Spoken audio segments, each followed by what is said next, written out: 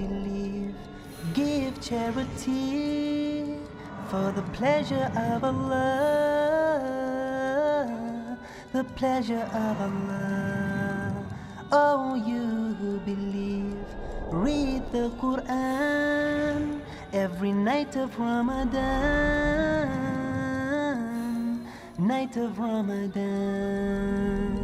Welcome, O Ramadan.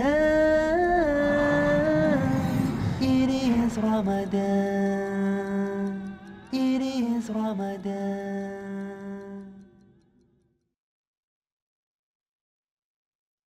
Dear brothers and sisters in Islam and humanity, Assalamu alaikum wa rahmatullahi wa barakatuh. May the peace, mercy and blessings of Allah subhanahu wa ta'ala be on all of you. Welcome to the show, Ramadan, a date with Dr. Zakir. I'm your host, Yusuf Chambers, and today we will be discussing the topic Suhoor and Iftar. Dr. Zakir, Assalamu alaikum wa rahmatullahi wa barakatuh. Wa alaikum assalam wa rahmatullahi wa barakatuh. And how are you today? Fine, thank you, alhamdulillah. Alhamdulillah. I'd like to start the topic with an essential one. Even myself, I'm not 100% sure of the implications of the terms Suhoor and Iftar. Could you shed some light on these terms for us? Alhamdulillah. Wassalatu wassalam. Ala Rasulillah wa ala alihi wa sahbihi ajmain. Amma ba'd. A'udhu billahi minash shaitanir rajim. Bismillahir rahmanir rahim. Rabbi shrah li sadri wa yassir li amri wahlul 'uqdatam min lisani yafqahu qawli. The word suhoor, it is derived from the Arabic word sahar, which means the later part of the night, and its plural is called as ashar. And Arabic word sahur means a meal which is taken just before the break of dawn. And the Arabic word suhoor is the act of taking the meal sahur. So suhoor is the act and sahur is the pre-dawn meal. As far as the Arabic word iftar is concerned, the word iftar is derived from the Arabic word fatar, which means to tear or which means to break. And the word fatur means the meal taken to break the fast. And the Arabic word iftar means the act of taking the meal to break the fast. I see. So Dr. Zakir, what is the significance of taking the suhoor, the pre-dawn meal? According to the saying of our beloved Prophet Muhammad, it's mentioned in Sahih Bukhari, volume number 3, in the book of fasting, hadith number 1923, where our beloved Prophet said that suhoor, the pre-dawn meal, in it is blessing. It's mentioned in Sahih Muslim, volume number 2, in the book of fasting, hadith number 2413, that it's mentioned that the difference between the fasting of the Muslims and the people of the book, the Ahl Kitab, the Jews and Christian, is the taking of the sahur, the pre-dawn meal. So that is the act which differentiates between the fasting of the Muslims and the people of the book, the Jews and the Christians. It's mentioned in the Silsila As-Sayyah, volume number 3, hadith number 1045. Our beloved Prophet Muhammad said that blessings are found in 3 things. One is the Jama, that is a congregation. The 2 is at-tarid, that's a sort of a food. And the 3rd is the sahur, the pre-dawn meal. A similar message is repeated in Silsila As-Sayyah, volume number 3, hadith number 1291, where our beloved Prophet said, blessings are in 2 things. One is sahur and one is a just measurement, that is while weighing. And there are several hadith in which our beloved Prophet ﷺ, he has talking about sahur, that in it is blessing and it's better for the Muslim Ummah. It's also mentioned in Sahih Al-Jami, volume number 1, hadith number 3683. One of the Sahaba enters the house of the Prophet when he's having his suhoor, and the Prophet says that in the suhoor is a blessing, so do not leave it. And a similar message is given in Musnad Ahmad, where the Prophet said that suhoor is blessed, so do not leave it, even if you have a gulp of water. Because Allah and His angels, they send blessings on the person who has suhoor. And similar messages are given in several Sahih hadith, including Sunnah Abu Dawud, volume number 2, hadith number 2337, where a person enters when the Prophet is having his suhoor, and the Prophet says that have suhoor, it is a blessing for you, and in the suhoor is a blessing. So there are various hadith talking about the blessings of suhoor. So it is a ni'mah. And the reason the Prophet always said that have suhoor, so that the people don't overburden themselves. Because when we fast, they should have the suhoor. So that, they don't overburden themselves and they have the proper fast. Okay, thank you very much for that answer, Dr. Zakir. Just a little question, or it could be just a clarification, regarding the historical significance from the Quran regarding suhoor, the pre-dawn meal. Before the Quran stipulated exactly how it should be taken, how did the Sahaba, the companions of the Prophet Muhammad sallallahu alaihi wasallam, start and begin the fast? Before the Quran gave the exact details of the timings of suhoor, etc., the Sahaba at the time of the Prophet, before the Quranic verse of Surah Baqarah chapter 2 verse number 87 was revealed, they used to follow what was practiced earlier by the Ahl Kitab, by the people of the book. And that you get from various records, even from the Hadith, etc. And at that time, they were supposed to have the Iftar immediately after sunset. And once they went to sleep, they could not have any meal. Then they had to fast the complete next day, and they could only have the meal next day after sunset. So this was the practice that was followed earlier. And there's a hadith which is mentioned in Sahih Bukhari, Book of Fasting, hadith number 1915, where it mentions about a Sahaba by the name of Qais ibn Sirmar al-Ansari. And he comes one day to the house at the time of Iftar, after doing a lot of hard work, and he tells his wife that I'm hungry, please can I have some food for Iftar? So the wife says, there's no food in the house, I will go and get from outside. So when she goes out to get food, because this Sahaba, Qais, may Allah be pleased with him, he was very tired. So before the wife comes back, he goes to sleep. Sleep overtakes him. So by the time the wife comes back and she sees the husband sleeping, she says, oh, what a disappointment. Now we can't have the meal. So when he gets up, next day he could not have the food, and he had to fast the whole next day. And by the time evening comes, he faints. So they took the matter to the Prophet and told him what had happened. And after that, the verse of the Quran, Surah Baqarah, chapter number 2, verse number 187 was revealed, that you can approach your wife and eat and drink until the white thread of dawn is differentiated from the black thread. So then were the rules laid down. That means you could eat the full night, and then the verse continues, you can fast till the night falls, means till sunset. So before this verse was revealed, the action of the fast was different. They could have only one meal immediately after sunset, and once they sleep, they could not have again, until this verse of Surah Baqarah chapter 2 verse 97 was revealed. And that's what we follow today. Well, that's very comforting to know that we can have the dawn meal, because I think a lot of people will be suffering otherwise. The mercy of Allah subhanahu wa ta'ala, indeed. Dr. Zakir, you mentioned a verse just now. Can we just ask you the significance of that verse? Eat and drink until the white thread of dawn appears distinct from the black thread. When this verse was revealed for the first time, Surah Baqarah chapter number 2, verse number 187, it said that eat and drink till the white thread you can differentiate from the black thread. The moment this verse was revealed, the Sahabas understood the meaning as the verse was revealed, and it's mentioned in Sahih al-Bukhari, volume number 6, hadith number 4509, that one Sahaba, the moment he heard this verse, he took 2 hair strings, one black and one white, and he kept it beneath his pillow. And when he got up for suhoor, he tried to differentiate between the white string from the black string, and he could not really understand, so he went to the Prophet and asked him, what does it mean?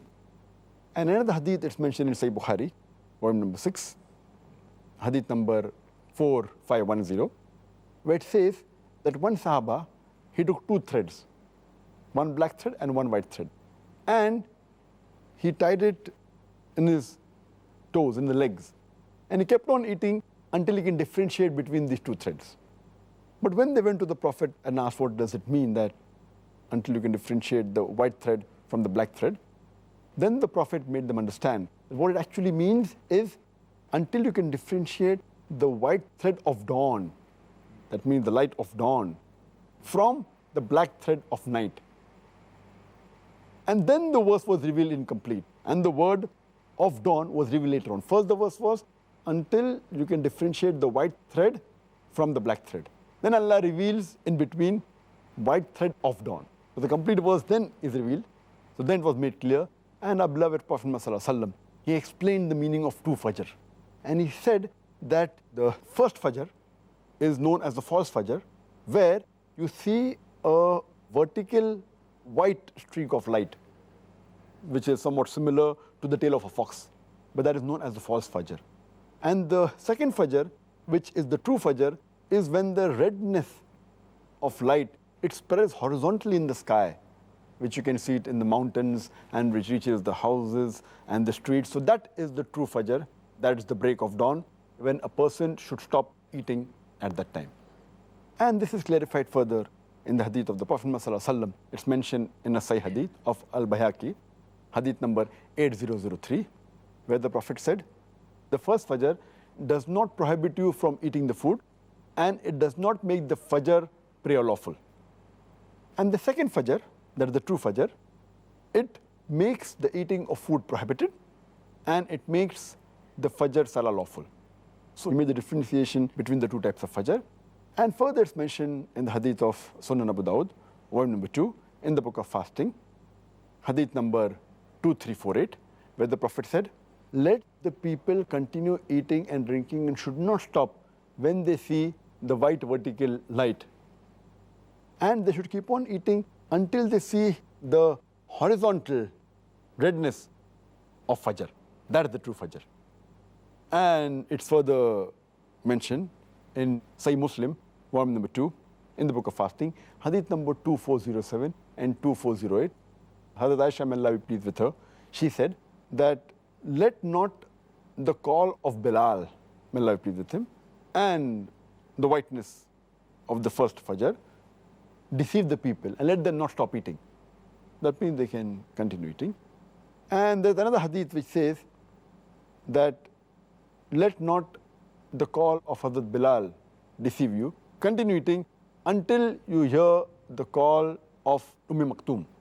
So this actually is the complete meaning of the Quranic verse, that you can eat until the white thread of dawn becomes distinct from the black thread of night. Thank you very much for the answer. Dr. Zakir, is there any specific time for taking the Suhoor mentioned in the Sunnah of the Prophet Muhammad sallallahu alaihi wasallam? As far as the Suhoor is concerned, Suhoor is the pre-dawn meal. It can be taken any time from midnight up to just before the break of dawn.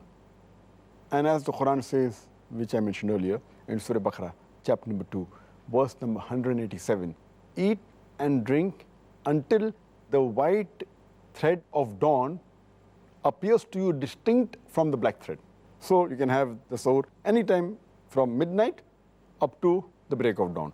But according to the Sunnah of the Prophet, it is preferable to delay the Suhoor as late as possible and just before the break of dawn. That is preferable. And there are various hadith mentioning about that.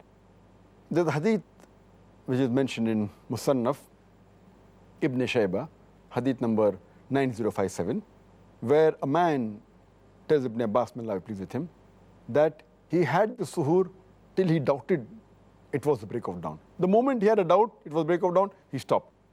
So Ibn Abbas, may Allah be pleased with him, he said that keep on having the meal until a doubt is clarified that the dawn has broken. Prophet Muhammad, peace be upon him, said, it's mentioned in Sahih Bukhari, volume number 3, in the book of fasting, hadith number 1921, Zayd bin Thabit, may Allah be pleased with him, he said that after he had Suhoor with the Prophet, he went for Salah, and then he asked the Prophet, what is the time difference between the Suhoor and the Adhan? So the Prophet replied, it is equal to the time required to recite 50 verses of the Quran.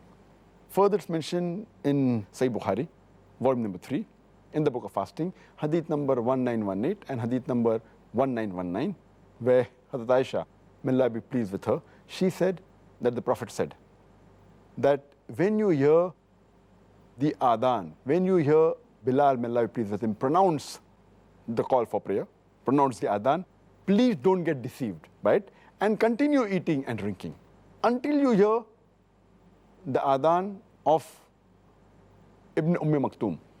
For he does not pronounce the Adhan until it is dawn. That means you can eat till dawn. That is the time for Suhoor. But there are various hadith talking about the Sunnah of delaying the Suhoor.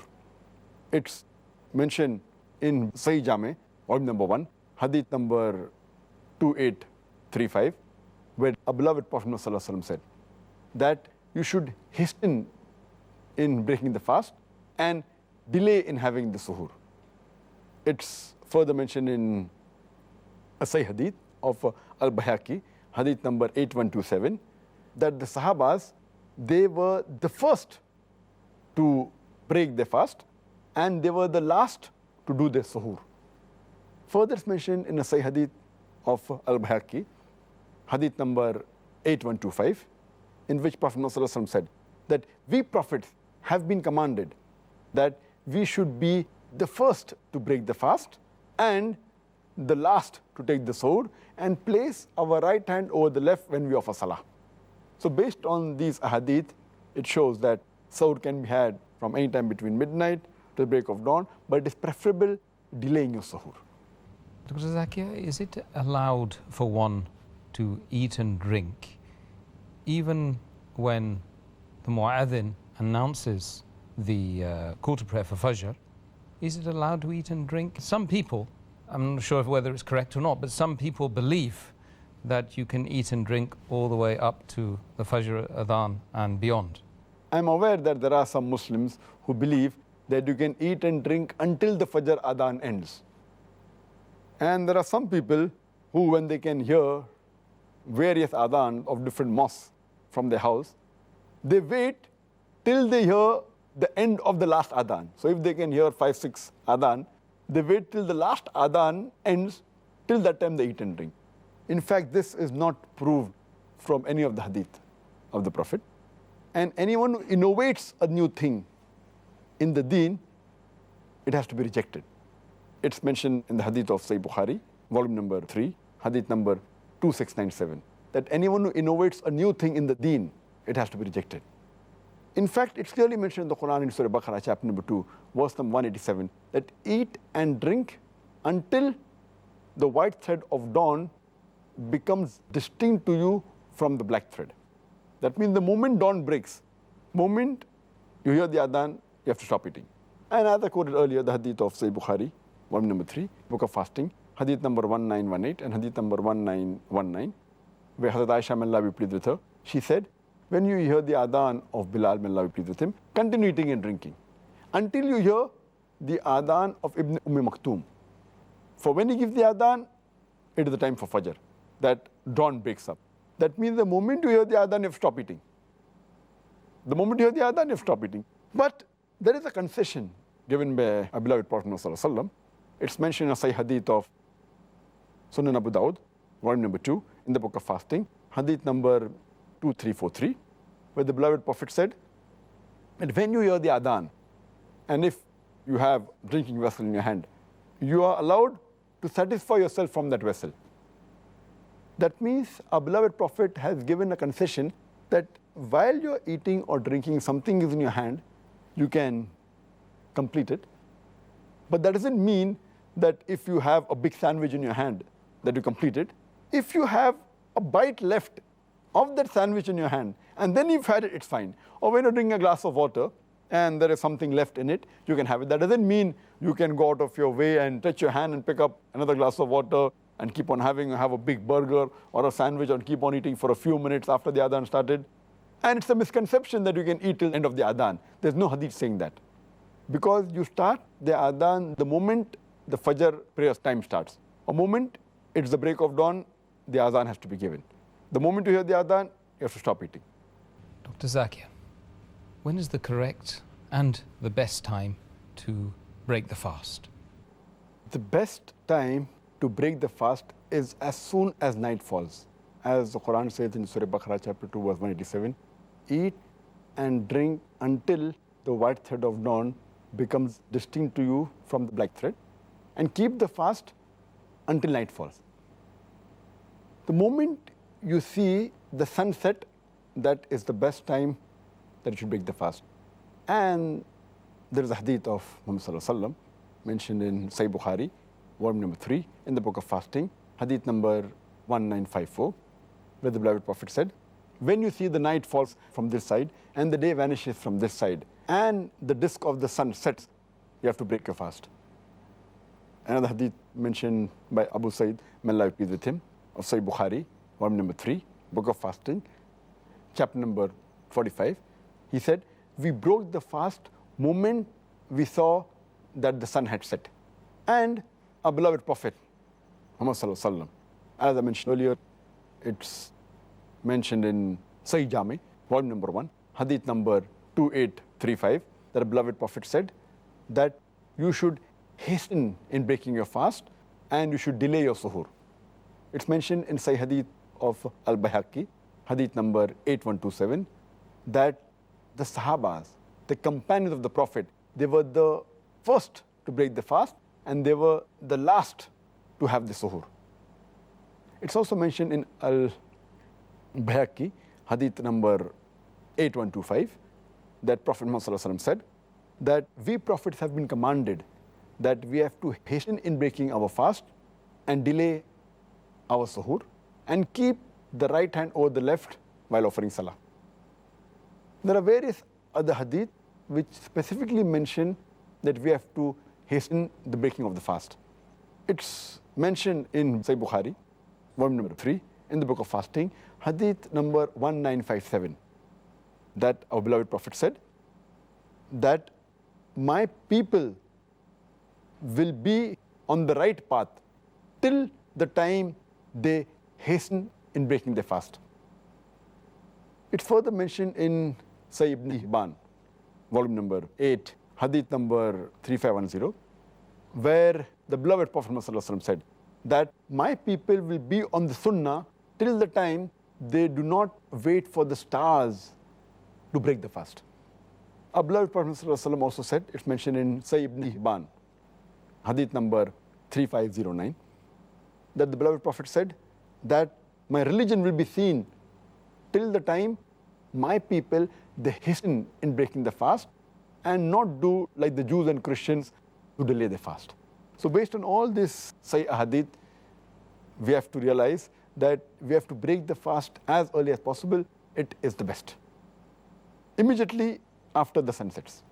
Dr. Zakir, in difference to what you've said, there are some people who delay the breaking of the fast and the Maghrib prayer on the premise that they don't believe the sun has completely set and on the basis that they believe it's always better to be on the safe side. Is this a correct logic? There are a large number of Muslims who they want to be safe and they delay the breaking of the fast. Even though the sun has set, they said, let's wait for about 3 or 4 minutes, then we'll break.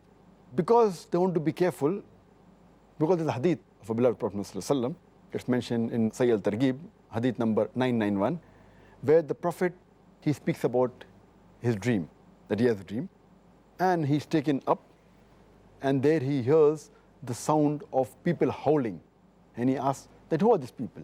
These are the people in hellfire. Then he's taken to another corner, and he sees that people are hung from the hamstring, and the corner of the mouths are torn, and there is blood dripping. So he asks that who are these people? So the replies, these are the people who broke their fast early. So based on this hadith, that if a person breaks the fast early, he'll be hung from the hamstring and his mouth will be torn and there'll be dripping of blood. People go out of their way to take a precaution and they delay by 4 or 5 minutes. Now this is against the Sunnah. Breaking early is wrong, but delaying it is also wrong. Because as I mentioned earlier, it's clearly mentioned in the Quran, in Surah Baqarah chapter 2 verse number 187, that keep the fast until night falls. And as I mentioned earlier in the earlier answer, it's mentioned in Sahih Bukhari, volume number 3, in the book of fasting, hadith number 1954. Our beloved Prophet ﷺ said that when night falls from this side and the day vanishes from this side, And when the sun sets, you break your fast. And there are various other hadith which I quoted earlier, including Sahih Bukhari, volume number 3, in the book of fasting, hadith number 1957. Our beloved Prophet said that my people will be on the straight path till the time they hasten to break the fast. It's mentioned in Sahih Ibn Hibban, volume number 8, hadith number 3510, that the beloved Prophet ﷺ said that my people will be on the Sunnah till the time they don't wait to see the stars to break the fast. And it's also mentioned in Sahih Ibn Hibban, volume number 8, hadith number 3509, that the beloved Prophet ﷺ said that my religion will be seen till the time my people hasten in breaking the fast and do not delay like the Ahl Kitab, the Jews and the Christians. So here there are various hadith talking about you should hasten breaking the fast. But natural, it should be after the sun has set. We cannot break the fast before the sun sets. But the moment it's confirmed that the sun has set with your own eyes, or nowadays there are clocks, there are watches, you can easily time yourself.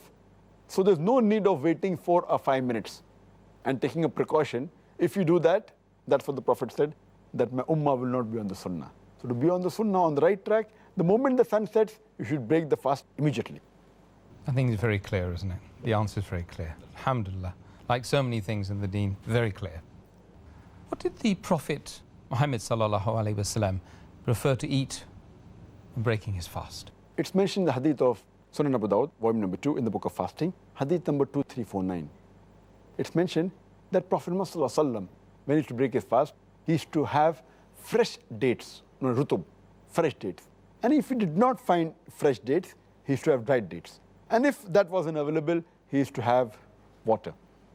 So the best is to have fresh date, that is the sunnah of the Prophet. If you can't find fresh date, then you can have dried dates. If you can't find dried date, then have water. If you can't find water, then any food that's available, you can break your fast. And if you can't find any food, or if you're midway traveling, then at least you break the fast with the intention. You intend in your heart that you've broken the fast, and as soon as you find food, you can have it. SubhanAllah. Hopefully we won't be in that situation these days. One never knows. Doctor, what's the best thing to announce whilst you're breaking the fast? The dua or the prayer or any announcement which is specific for breaking the fast? Many Muslims, they say many du'as before they put the food in their mouth. And all these du'as that is there of breaking the fast, most of them, they are zaif or they are unauthentic, they are mawdu. The authentic dua while breaking the fast is of Sunan Abu Dawud, volume number 2, book of fasting, hadith number 2350, in which the Prophet recited, it's mentioned, Zahaba Zama, Wabtalati Uruku, Wabsabat al Ajr, inshallah, which means that the thirst has been quenched, the veins have been moistened, and the reward is certain if Allah wills. Now, though this dua is authentic, some of them say this dua before they put the food in their mouth, before they break the fast, which by meaning itself it doesn't make sense. This dua is supposed to be said after you put the food in the mouth. The right thing is, before you put the food in the mouth, you have to say Bismillah. That was the practice of our beloved Prophet ﷺ. And after he ate the dates and water, or he ate food and he had water, then this dua makes sense. Zahaba Zama, Wabtalati Uruku, Wabsabat al Ajr, inshallah, which means my thirst has been quenched. Only when you have water can your thirst be quenched. So how can you say this dua before you break the fast? Only after you break the fast and you had dates and you had the fruits or you had the food and then you had water, and you say that my thirst has been quenched and my veins have moistened and the reward is certain, inshallah. And there are various other hadith of our beloved Prophet ﷺ. So as far as the dua, immediately before breaking the fast, say Bismillah. And after breaking, when your thirst is quenched, you have to read this dua. But there are other hadith. It's mentioned in Ibn Majah, volume number 3, hadith number 1752, that the beloved Prophet said that the dua of 3 people are never unanswered, means they're always answered. That is the dua, the supplication of a just ruler and imam, the dua of a person who fasts until he breaks his fast, and the dua of an oppressed. The same message is repeated in Ibn Majah, volume number 3, hadith number 1753, that a person who fasts, his dua accepted when he breaks his fast. So before breaking the fast, you can do any dua, you can pray to Allah subhanahu wa ta'ala in your own language, in the Arabic, Rabbana atina fid dunya hasanatan wa fil akhirati hasanatan wa qina adhaban nar. Any dua you can ask from Allah subhanahu wa ta'ala, ask for forgiveness, ask for supplication. Whatever you feel, you can ask. This is the best time before breaking the fast. Thank you very much, Dr. Zakir. Now we are furnished with the information. We can go out there and break our fast more appropriately, inshallah. Dr. Zakir, now we've completed the interview stage on Suhoor and Iftar. Once again, we have many questions from the audience, and I think it's time that we answered some of them, don't you? Inshallah. The first question, member of the audience, he asks, or he or she could be, different du'as are recited at the beginning of the fast, during the Suhoor. Which is the most authentic? As far as reciting any dua, I do not know of any Sahih hadith in which the Prophet has recited any dua at the Suhoor time, or any of the Sahaba has mentioned any dua. I don't know of any. In fact, what our Prophet said, it's mentioned in the hadith of Tirmidhi in the book of fasting, hadith number 730. Our beloved Prophet said that anyone who has not intended to fast before dawn, there's no fast for him. The Prophet so said, hadith of Sunnah Nisai in the book of fasting, hadith number 2331. Our beloved Prophet ﷺ said, there is no fast for a person who has not intended to fast the night before. That means intention is compulsory for fasting. It should be done before the break of dawn, or as the hadith says, that the night before. Means any time before the break of dawn, you can intend. But when you intend, you need not say it loudly. It's not required, because you intend in the heart. So the main thing is intend in your heart that you're going to fast, and that's sufficient. When you want to pray, you intend, you do niyyah for praying, and you pray. You don't have to say it loudly. The same way, you don't have to say that I intend to fast. But many people, many of the Muslims have invented words in Arabic or in different languages that I intend to fast tomorrow, etc., which we don't find in any of the Sahih hadith, and neither do we find in the sayings of the Prophet or of the Sahabas. So the best is to intend in your heart, that's it, and there's no particular dua for Suhoor. Okay, that's very enlightening, that answer. Hope that answers the question of the participant, the audience. Next question from our audience.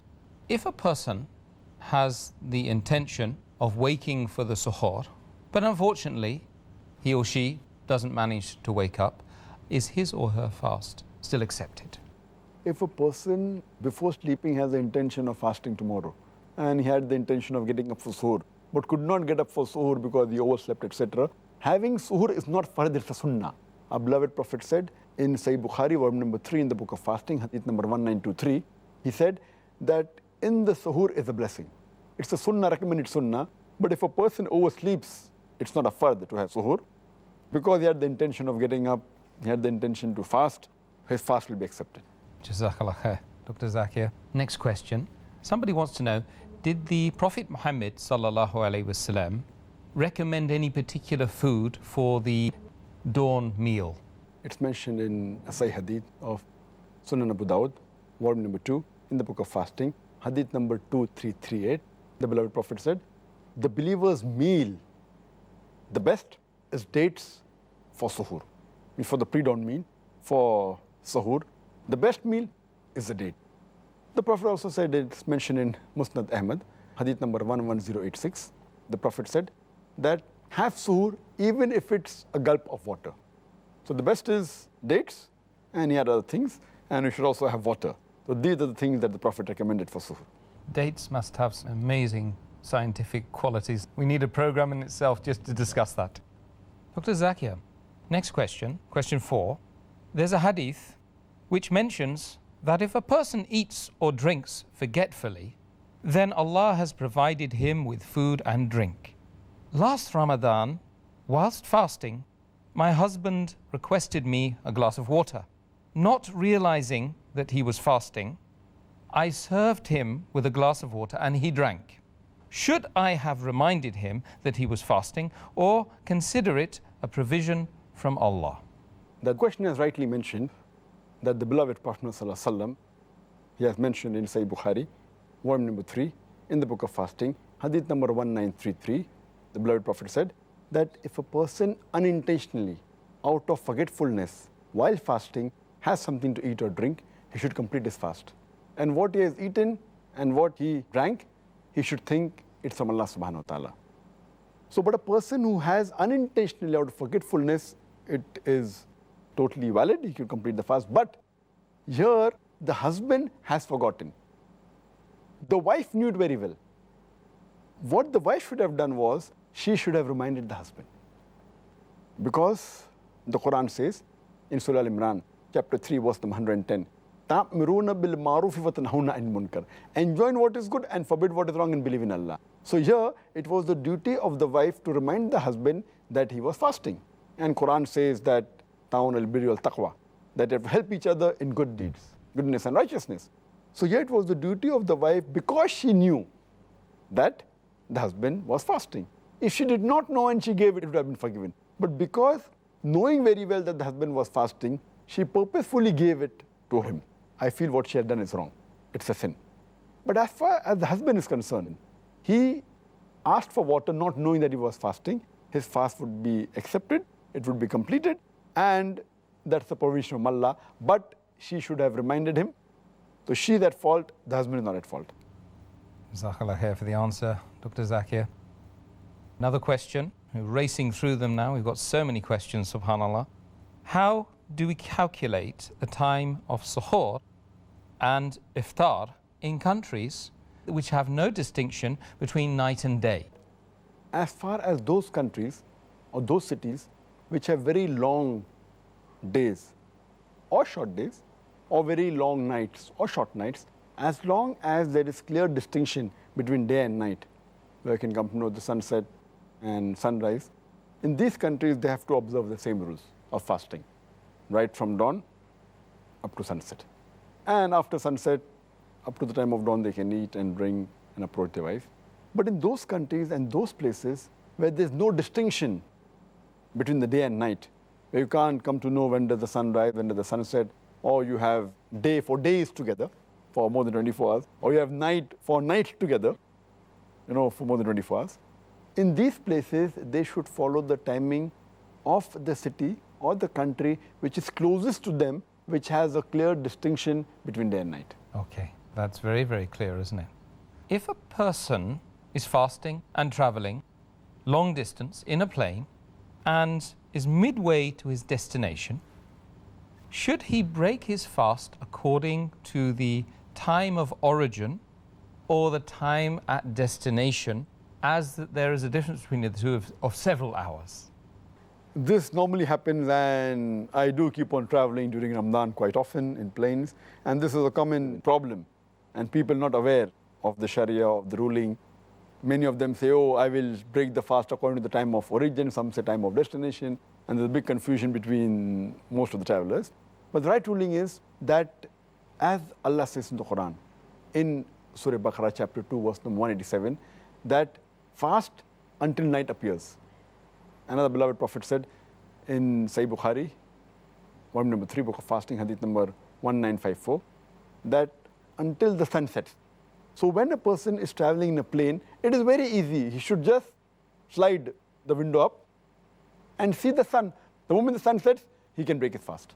He should not bother what is the time of the origin, what is the time at the destination.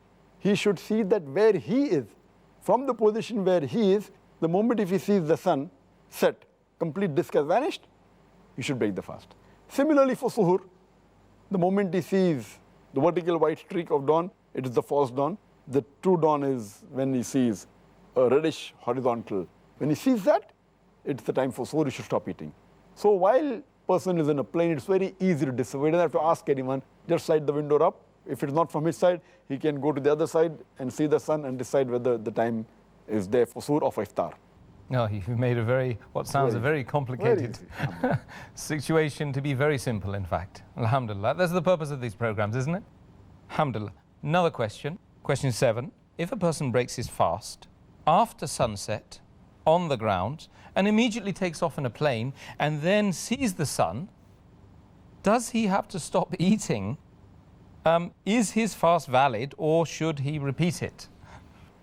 And this situation can happen to a traveler, that he's in a place and the time for iftar is there, the sun is set, and he has iftar, and immediately the plane takes off, maybe 2 minutes after iftar. The sun sets at 6 o'clock, and 6:02, 2 minutes after 6 o'clock, the plane takes off. And the moment the plane takes off, it goes at a high altitude, and at that time you can see the sun. So what happened? Does he have to stop eating?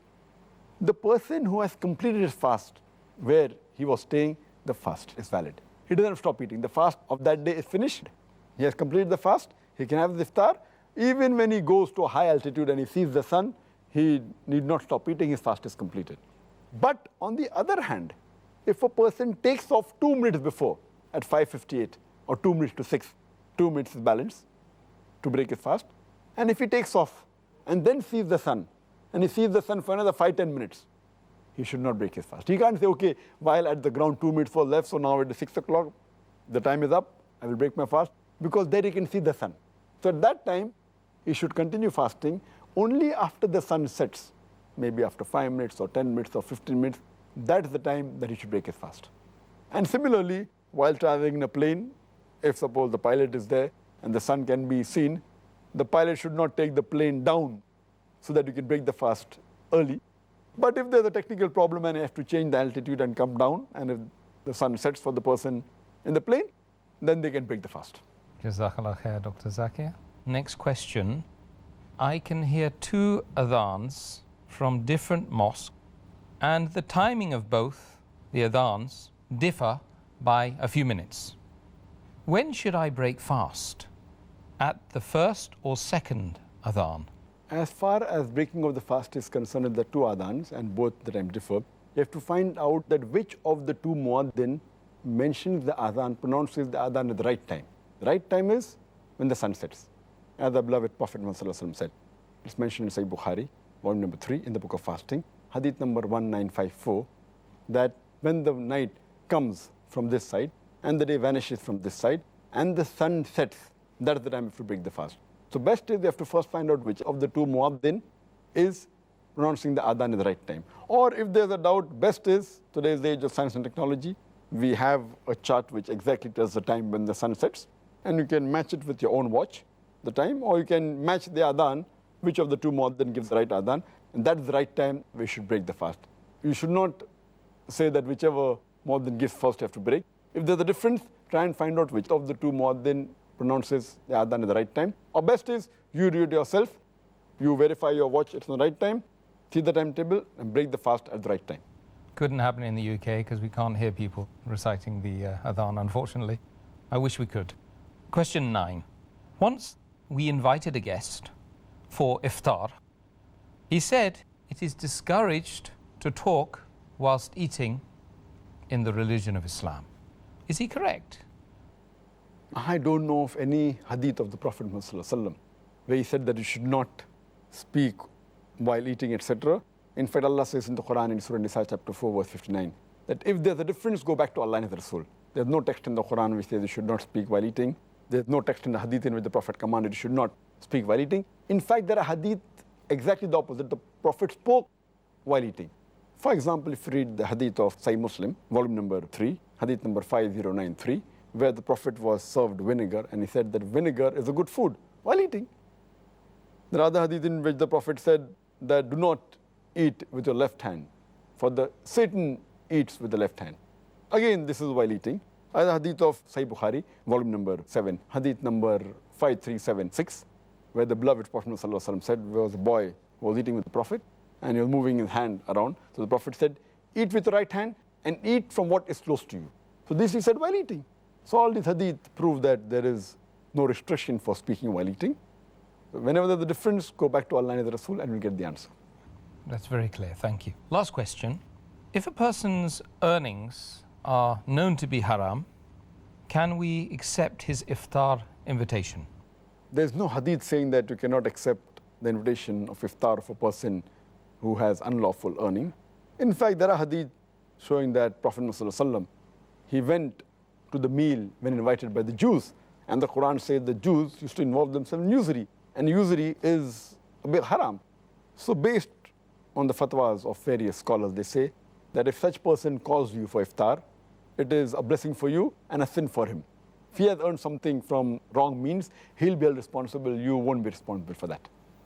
Jazakallah khair, Dr. Zakir, for that final answer. That is, we've reached the end of today's show. We've been talking, of course, about Suhoor and Iftar. And, brothers and sisters, now you've got plenty of ammunition to go forth in this Ramadan. Make sure you start your fast and end your fast in the correct way. I ask Allah subhanahu wa ta'ala to bestow peace and blessings upon all of us during this holy month of Ramadan. And I would ask you to join us tomorrow, same time, when we will be discussing the objectives of fasting. Assalamu alaikum wa rahmatullahi wa barakatuh. حافظين ذاكرين قانتين خاشعين